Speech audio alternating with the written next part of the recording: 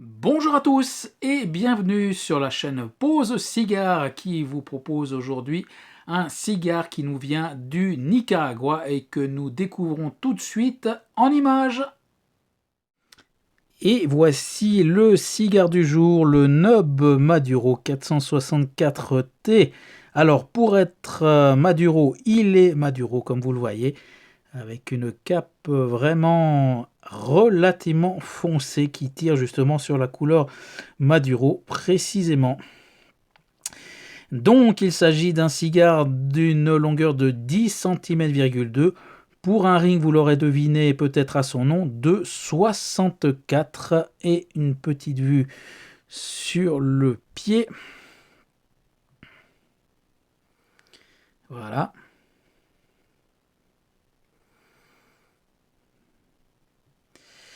Alors un beau cigare avec cette cape vraiment très bien posée. Si je le maintiens, j'ai encore des progrès à faire au niveau de la mise au point. Voilà. Donc assez bien posé, qui semble relativement lisse, avec quelques fines nervures. Ce cigare a une cape qui provient du Brésil. Pour le reste, eh bien, c'est que du Nicaragua. Sous-cape et tripe viennent donc du Nicaragua. Pour ce cigare qui m'avait coûté 12 francs 50 à l'époque où je l'ai mis en cave en mai 2021. À noter qu'aujourd'hui son prix actuel est toujours le même, 12 francs 50.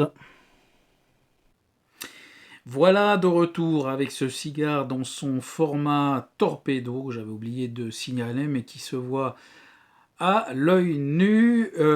Voilà pour ce qu'on appelle dans les cigares modernes actuellement un petit joufflu, c'est le cas de le dire, avec son ring quand même relativement important, 64. Voilà. Alors, au toucher, bien ce cigare effectivement est assez lisse au niveau de la cape. On sent les nervures un tout petit peu sous les doigts, mais de manière très très fine. Tout ça en tout cas semble du beau travail. Et puis au niveau du toucher, eh bien ça paraît assez homogène et assez ferme. Ouais, c'est assez ferme, hein. On sent qu'il y a du remplissage. Et au niveau du nez, alors qu'est-ce qu'il nous propose ce Nub Maduro?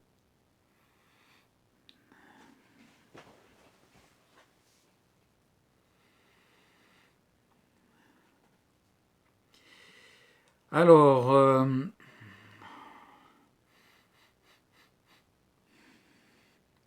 c'est assez animal dans un premier temps avec du cuir. Et puis ça nous envoie un petit peu à l'écurie aussi. Ça, ouais, des ambiances alors vraiment d'écurie, un peu de foin, de cuir.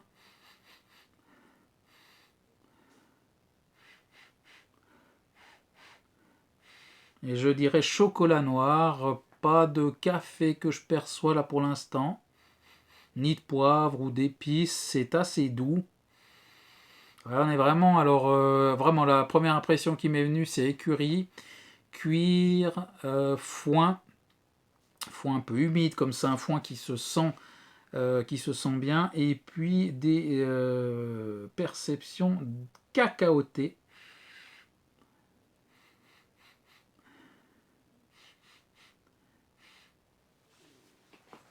Alors, on va couper le cigare avec ses torpedos. C'est toujours relativement facile d'y aller relativement au plus court ce qu'on va faire. Voilà.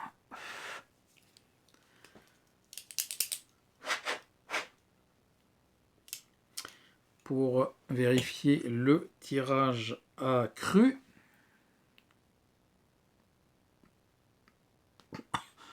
Alors j'ai été surpris par le volume d'air, c'est assez aéré.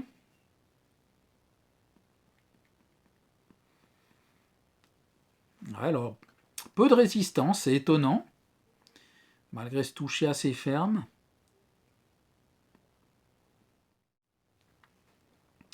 Alors là, on est clairement sur du cacao amer.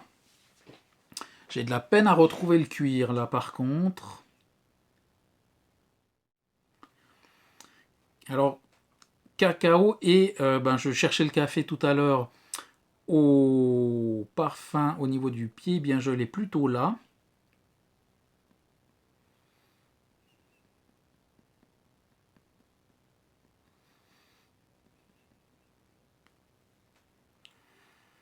Cacao café avec un léger poivre qui vient picoter la langue, donc ça n'a rien à voir avec le pied, c'est assez étonnant.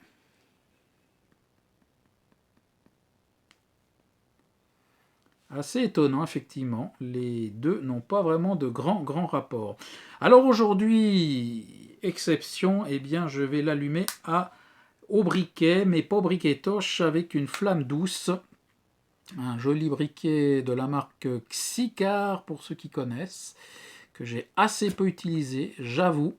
Et j'ai décidé, vu le diamètre de la vitole, de l'allumer tout doucement, à la flamme douce toujours, mais avec ce briquet. Voilà, on va toaster le pied.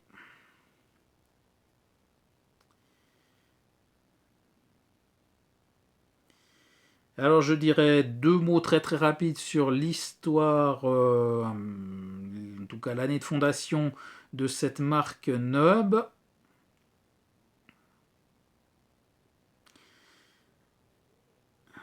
Et à noter, pour ceux qui avaient vu la toute première vidéo de reprise où j'apparaissais pour la première fois en vidéo, où j'expliquais que j'aurais dû sortir une vidéo de dégustation d'un Nub l'automne dernier, puis qui est passé à la trappe avec les circonstances qui étaient celles de l'époque. Et donc c'est en fait le deuxième Nub que je fume. J'en ai pas fumé entre deux en fait. Et donc ça aurait dû être le deuxième, et avec les circonstances donc, qui ont été celles-là, avec cette dégustation de l'automne dernier qui est passée à la trappe, et bien c'est le premier Nub de la chaîne, et donc je dirais 2 mots sur l'histoire de cette marque.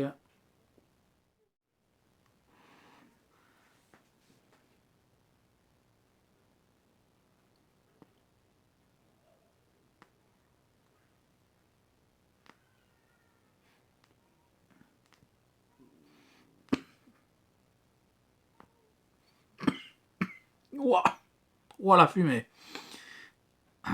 Excusez-moi. Ah, voilà.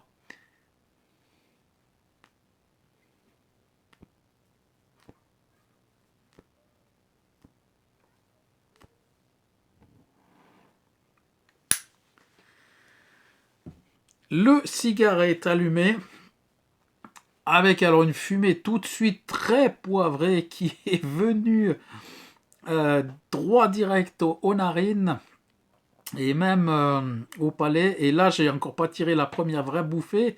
J'ai déjà une montée de poivre. Alors un vrai cigare du Nicaragua. Pour le coup, celui-là, ça démarre assez fort, on dirait.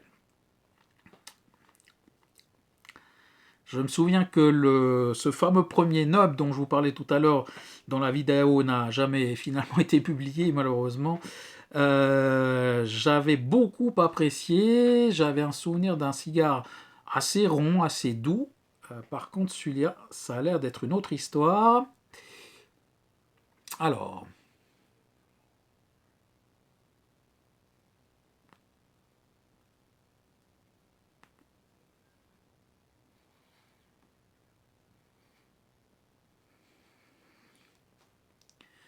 Alors, bienvenue au pays du poivre. Hein.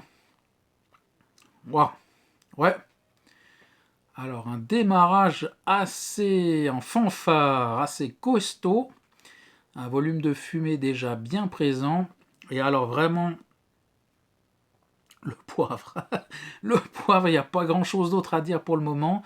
Une fumée qui, me semble-t-il, va être odorante. Elle est déjà odorante, très poivrée.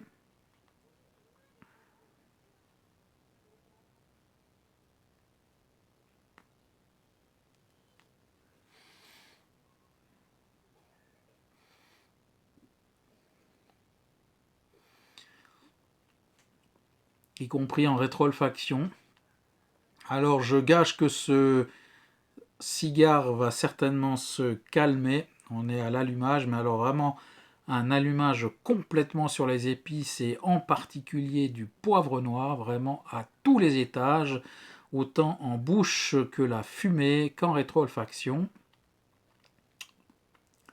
Et pour l'instant, je dois dire que ça prend le pas sur tout le reste, donc on verra si on arrive à détecter autre chose par la suite. J'enchaîne tout de suite avec 2 mots sur l'historique de cette marque noble qui a vu le jour en 2008, qui est une création de la maison Oliva, voilà, qui fait aussi des cigares pour certains assez costauds, effectivement aussi. Et dans le paquet, je dirais, la marque Nub a été rachetée par la famille Vandermarlier qui possède les fameux cigares J. Cortez. Je rigole parce que quand on sait la qualité des cigares J. Cortez, qui ne sont pas des cigares haut de gamme, excusez-moi pour eux, mais c'est vrai que par rapport à des cigares premium, c'est des cigares quand même que l'on trouve plutôt en kiosque qu'en civette, les J. Cortez. Mais toujours est-il que donc la famille Vandermarlier qui détient les J. Cortez ont racheté en 2016 la marque Oliva et également la marque Nub qui était déjà sous la marque Oliva. Voilà en gros ce que l'on peut dire pour cette marque qui connaît vraiment un franc succès avec ses modules relativement à la mode, ses petits joufflus comme on le dit couramment, donc une dizaine de centimètres avec des rings toujours relativement importants. Le but étant, en tout cas c'est ce qu'on peut lire, d'essayer de reproduire dès l'allumage des saveurs comme si on était déjà un deuxième tiers de cigare. Voilà. Alors, vu la longueur, je pense que je vais quand même le subdiviser en 3 tiers, mais à voir. On verra un petit peu au fil de la dégustation. Mais je vais certainement quand même le subdiviser en 3 tiers parce qu'il a quand même un ring important et je pense que ça va quand même durer un certain temps malgré tout. Donc voilà, on va certainement y aller comme ça. Alors, je reprends une petite bouffée avant de vous laisser pour cette première partie.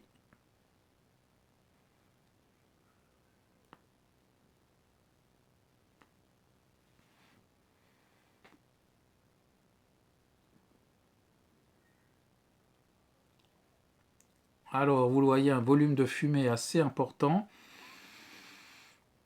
Alors, on dirait que ça s'est un petit peu calmé, même au niveau de... Ouais, alors, l'odeur de la fumée est toujours très poivrée, hein, très prenant. Oui, ça viendrait vite vous faire éternuer. Par contre, au niveau des saveurs en bouche, le poivre est quand même un peu moins fort pour le moment. Voilà, bah écoutez, je vais continuer donc sur la lancée de ce premier tiers et puis je vous retrouve un petit peu plus tard pour voir où on en est. Voilà, j'arrive à la fin du premier tiers avec ce cigare. Les saveurs se sont un petit peu arrondies, mais il faut le dire vite. Ce cigare laisse des saveurs en bouche, je dirais, à dominance un petit peu râpeuse. On détecte maintenant un cacao, mais pas trop amer, mais un cacao, la poudre de cacao, quelque chose d'un petit peu asséchant, si vous voulez. C'est assez sec. Le tout sur un bois bien présent, lui aussi assez râpeux.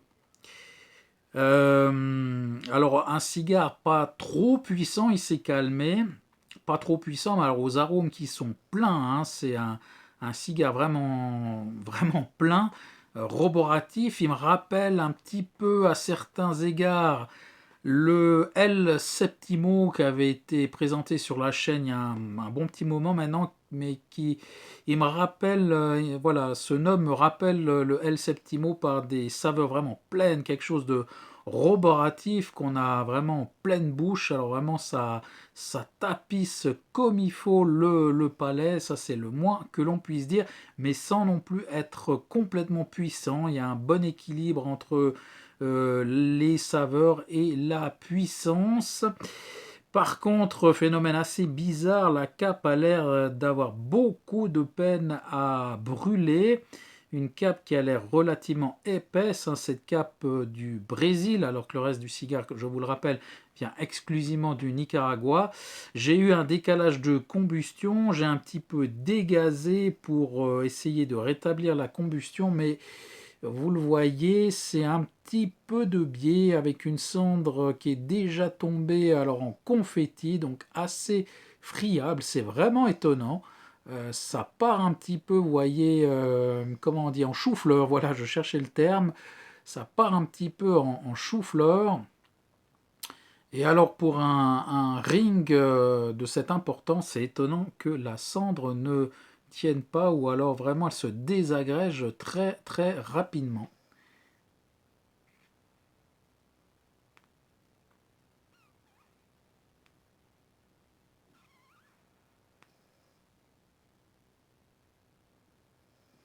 Un joli volume de fumée qui est toujours assez poivré par contre, hein, une fumée très présente, aussi assez odorante et qui est quand même toujours bien poivré. Alors vraiment, là je réessayais juste pour vérifier, mais vraiment, et là tout en vous parlant, je vois des bouts de cendre qui tombent. C'est vraiment surprenant pour ce cigare, une cendre qui ne tient pas. Là je tourne un tout petit peu le cigare pour surtout éviter qu'il y ait des miettes de cette cendre qui tombent, parce que vraiment ça part en confetti.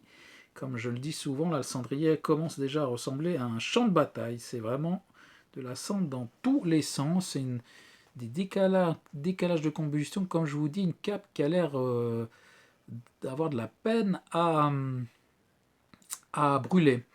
Un foyer de combustion pas spécialement luisant, alors que la cape, elle est assez belle, hein. Elle est un petit peu luisante, la cape. Par contre, le foyer de combustion, pas vraiment. Et puis, je n'ai rien dit sur la bague tout à l'heure au niveau de la présentation. Une bague qui fait un petit peu bon marché, je trouve. On voit que c'est j'allais dire un bout de papier un petit peu amélioré, avec des couleurs qui sont pas, pour ma part, alors c'est des goûts personnels, qui sont pas des plus réussis, parce qu'on a du brun sur du brun, avec des liserés un petit peu dorés, mais ouais, on sent que c'est une bague de moindre qualité, puis elle aurait vite tendance à se décoller rapidement. Elle est d'ailleurs collée légèrement de biais. C'est toujours un des petits signes qui vous font dire que bah, au niveau finition, ça pêche un petit peu. Donc pour l'instant, ce cigare présente quand même quelques petits défauts. Et puis au niveau gustatif, comme je vous le dis, un petit peu asséchant, râpeux comme ça. Euh, Sans qu'il soit non plus forcément extrêmement puissant, mais je reste pour l'instant un petit peu sur ma faim. Alors écoutez, bah, de toute façon je vais continuer la dégustation. Je vous retrouve certainement une fois que la bague sera enlevée, donc à la fin du deuxième tiers, plus ou moins. Et puis on verra où on en est de cette dégustation. J'arrive au début du troisième tiers avec, vous le voyez, une belle fumée blanche. Alors un cigare que j'ai dû retravailler un petit peu, à savoir que c'est vrai qu'on conseille toujours de couper assez court. Là pour le coup je l'ai ouvert un tout petit peu, donc j'ai coupé un tout petit millimètre, millimètre et demi au niveau de la tête, et la combustion se passe mieux, même si bon, la cendre n'est pas des plus belles. Ça part toujours un petit peu en confetti, une cendre vraiment friable toujours, mais la combustion se passe quand même de manière un peu plus régulière. Voilà, je tourne le cigare sur le cendrier, il y a tout qui reste dans le cendrier, vous voyez. Ce que cela donne. Euh, Quant aux saveurs, il y a une évolution. Alors la fumée et la rétro-olfaction sont toujours très poivrées, hein. C'est vraiment un cigare très puissant au niveau des arômes, des saveurs. Par contre, une évolution dans le sens où le cigare part maintenant plutôt sur des notes herbacées, avec un petit côté amer. Et puis, alors c'est étonnant, au toucher, j'avais l'impression d'un cigare relativement ferme, et puis je vous l'ai dit, le tirage était assez aéré, étonnamment, je m'y attendais pas, et finalement, je me demande si ce cigare est rempli de manière optimale, parce que la tête du cigare, bon bah je l'ai coupée et elle est quand même assez spongieuse. C'est encore une fois assez étonnant pour le diamètre de ce cigare. C'est ouais, c'est vraiment spongieux. Euh, et puis, ben, je vous l'ai dit, autant le comportement de la cendre que de la combustion, eh bien, me fait dire que finalement, le remplissage laisse un petit peu à désirer sur ce cigare, au sujet duquel, je le répète, vraiment, les saveurs sont bien, bien présentes. Je peux pas dire que j'ai une grosse montée en puissance pour le moment, c'est plutôt l'apparition d'une petite amertume herbacée qui est venue, je dirais, un petit peu masquer le côté bois râpeux qui lui est un petit peu passé à l'arrière. J'ai plus vraiment de cacao, j'ai jamais vraiment eu de café non plus au niveau des saveurs, et autant en rétro-olfaction que la fumée, comme je vous l'ai dit, est assez poivrée. Au niveau des saveurs, j'ai pas vraiment d'épices, de poivre noir. Et là, je le sens vraiment, c'est vraiment l'amertume qui vient s'installer. Voilà ce que l'on peut dire. Alors pour le coup, évidemment, le cigare, là, comme je vous l'ai dit, avec un dégazage, et puis je l'ai ouvert un petit peu. Là, au niveau de la combustion, ça se passe quand même un peu mieux. Mais, ouais, j'ai une petite hésitation, parce que là, je vois également la cape là qui est en train de se fissurer. Là, je ne sais pas si ça se voit à l'image. Certainement que oui. Mais voilà quelques petits défauts sur ce cigare à l'amorce du dernier tiers, déjà quand même passablement entamé. Je ne sais pas jusqu'où je vais aller sur cette dégustation, que je vais poursuivre, et je vous retrouve à la fin pour faire un petit bilan et vous dire ce que ce dernier tiers aura donné. Voilà, bien, j'arrive à la fin du cigare. Je crois que je vous l'avais mentionné lors d'une dernière vidéo où quelqu'un me l'avait demandé de faire comment je procédais au dégazage, comme je disais, à sec, c'est-à-dire sans approcher le briquet du cigare. Alors simplement, je souffle dans le cigare. Alors je vais vous montrer, même si on voit pas grand-chose, si ce n'est que le foyer de combustion rougit normalement. On va le voir à l'écran, je pense.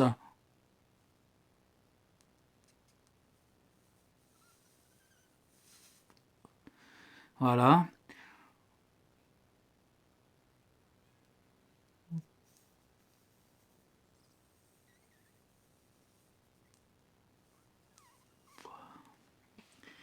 Voilà à peu près ce que ça donne avec un volume de fumée. Alors vraiment assez important.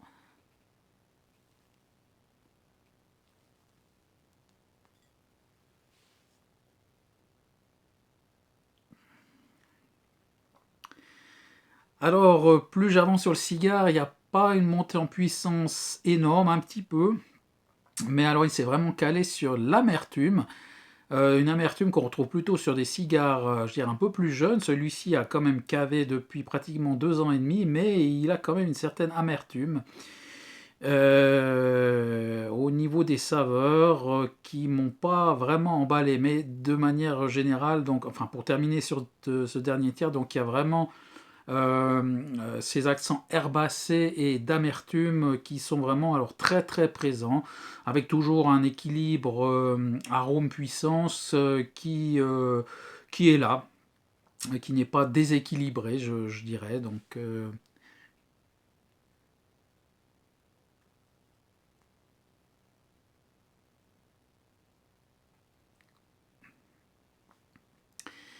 Donc voilà, on est passé un petit peu d'accent râpeux, cacao, un peu poudre de cacao, un peu sèche comme ça, à de l'amertume. Donc j'ai pas vraiment été complètement convaincu, par ce cigare, c'est le moins qu'on puisse dire. Puis au niveau de la construction, alors une cendre qui part vraiment en confetti, qui se tient pas du tout, et puis le cigare, vous le voyez, la cape a vraiment explosé, là c'est vraiment pas beau du tout. La cape s'est fendue, ouais, elle a explosé, hein, c'est vraiment le mot. Donc, le bilan de ce cigare, au niveau des saveurs, je reste sur ma faim, j'ai pas été vraiment convaincu. Assez brut, hein, comme ça. Et puis au niveau de la construction, alors vraiment ça laisse à désirer, entre une cape qui brûlait mal au début, maintenant cette cape qui explose, une bague, je dirais un peu cheap, on dirait en anglais, bon marché. C'est pas terrible, voilà. Alors, bon, c'est assez étonnant. Et puis en plus, on voyait, alors là, on le voit beaucoup, on le voit moins, mais il y avait des trous dans la cendre. Enfin, vous voyez là, ce que ça peut donner, c'est vraiment complètement désordonné, avec un trou que l'on voit quand même, ce qui confirme que le remplissage n'était pas vraiment optimal, comme je le disais tout à l'heure. Donc, je reste vraiment sur ma faim avec ce cigare qui m'a pas vraiment emballé.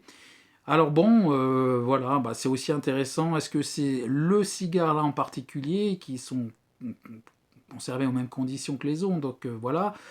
Mais toujours est-il que je me réjouissais de ce cigare parce que, comme je vous l'ai dit, j'avais fumé un premier cigare, mais qui était de la gamme Sunground avec une cape plutôt couleur Colorado qui s'était très bien passé, que j'avais vraiment apprécié, vraiment apprécié. J'en ai un autre en cave, on verra ce que ça donnera. J'ai un Connecticut aussi que je présenterai certainement sur la chaîne. Mais toujours est-il que ce Nub Maduro, alors vraiment, ça n'est pas trop mon rayon, je dirais. Autant au niveau des saveurs, et puis un plaisir relativement terni également par cette construction qui est de loin pas vraiment parfaite. Donc voilà, une conception de cigare quand même assez surprenante, à laquelle je m'attendais pas. Alors je vais reprendre une petite bouffée.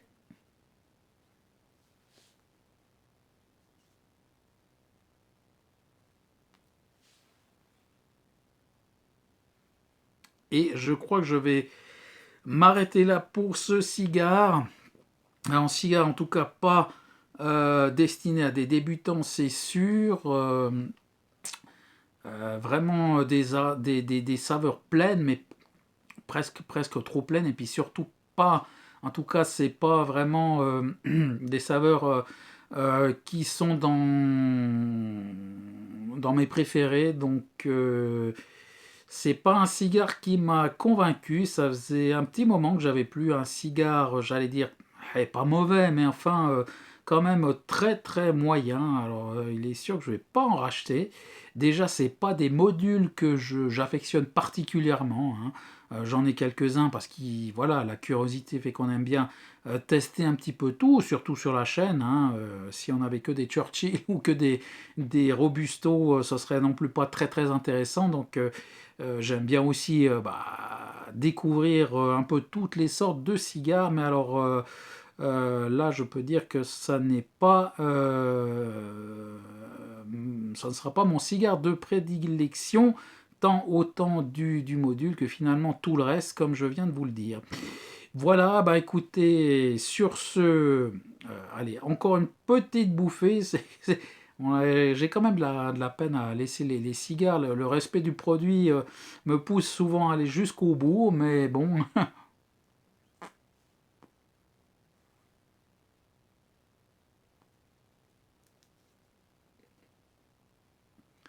il n'est pas mauvais, hein, on s'entend bien.